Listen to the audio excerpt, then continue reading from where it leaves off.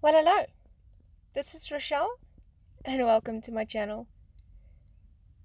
I'm so happy that we can do our coffee chronicles again, and today I am documenting a coffee at Aroma. So, just taking the Mintay Papers again and cutting some strips off. I do realize only after this video that my camera angle is completely wrong. And so a lot of the stuff at the very bottom is missed, and I apologize for that. I will sort it out before the next time. Hopefully you won't miss too much. So like I said, I took the two background papers and I just cut out some strips. I'm going to be stamping the word aroma and with distress oxide inks, and just laying down some elements on this page like I do with all the coffee chronicles. But first, let's get to the story. So in my quest for finding great coffee, I have been to quite a few places. My husband calls me a coffee snob. Like, I don't understand why would he say that? But I must admit, I am known to, if there is certain instant coffees, and I won't mention names, on the menu, I rather drink tea, which says a lot. So yes, I had quite the month in June. It's been a busy few months. I was in hospital. They thought for a while that I had meningitis, and then encephalitis, and a whole bunch of other stuff. With my compromised immune system due to treatment, sometimes these things kind of just throw you off quite a lot. So bottom line is, I had a busy month, and at work I was busy doing month end and salaries, and I was very stressed out, like only my accountant self can get. And I stopped at the filling station, or the gas station, or the petrol station, whatever you want to call it, the garage, to fill up. And I saw a sign that says Aroma, and I couldn't even believe that it would be the same place than the one in Hatfield. So this is a one close to our university here in Pretoria, and they also brew on site, or roast on site, sorry.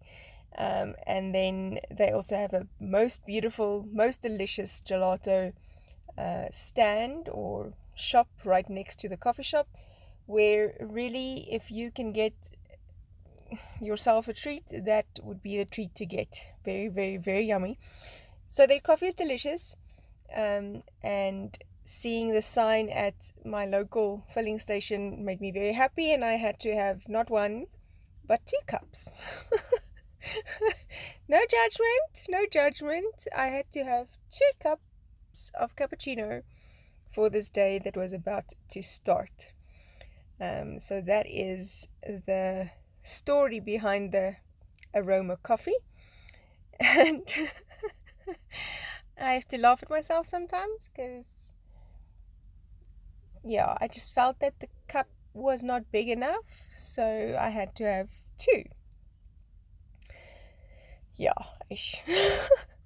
For the art today, or the documenting in my traveler's journal, I am using the flowers again with my background. I cut strips from the 2 pages, or the 2 papers that I had, 12 by 12 papers. Cut strips, and then distressed it with the side of a scissor. So there are many proper distressing tools. I used the side of a scissor, and it's just a normal school scissor, nothing special, and just ran it across the edge of these papers, just to add some texture to the page, and also to give it some or a more worn look, so that I could put the fireplace there. That was my main thing, is to have a place to put the fireplace, because it was obviously cold. It's middle of June, or end of June here in South Africa at that time, and it's freezing cold, and one cappuccino just wouldn't do. Okay, so I am using a little corner chomper to just round the edges so that the pages stay rounded like the others. I'm using Crazy Crafts tape runner.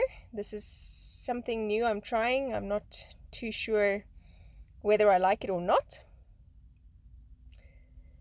And just with the flower, I cut it over the side that would go over the middle so that it would bend easier and close easier, this book.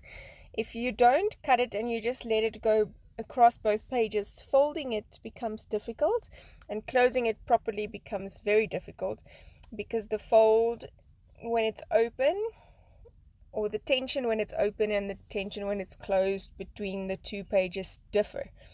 So I would suggest, and this is something I've learned from Susanna and also Heba, when you work over the middle of the page, or where the page folds, or the center of the booklet, to cut it and then do the pasting with just a little bit of white in between.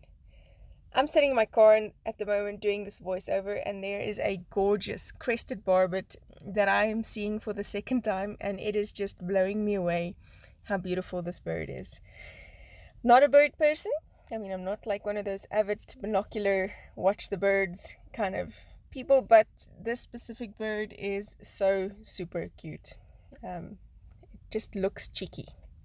Anyway, so I've stamped Aroma using these stamps from, I believe they're from Papermate. I found them at my local C&A. They have caps and small letters as well as numbers, which works well for me. And then just took some of my Creative Retreat alpha stickers from, I believe this is from the May kit, May 2019 kit. And I'm spelling out Gourmet Coffee Roastery. There's a whole different story on this gourmet thing. My children are convinced that gourmet is just another word for not tasty. I took them to Aroma once and had them have a gourmet chicken mayo sandwich, and because it had added things like green peppers and stuff like that in, they just were not impressed, and gourmet, they decided, was not for them. Not to worry, I'm quickly documenting in my own handwriting using a Faber Castell S nib in brown my story about month end and about buying not one but two cappuccinos. And then I still need to add the date. Like I said, it was the end of the month of June. It was payday. I needed to do the work that I needed to do, and so I just grabbed my date stamps. These have months and numbers on, and I chose the 25th, I think it was the 27th of June, which was the day I had this coffee encounter on, and stamped that out with using the Distress Oxides and calling it a page. Oh wait, not yet. I do decide to put the actual day on there as well. It was a Thursday. Okay, so thank you very much for joining me. I hope to see you again soon. Bye-bye.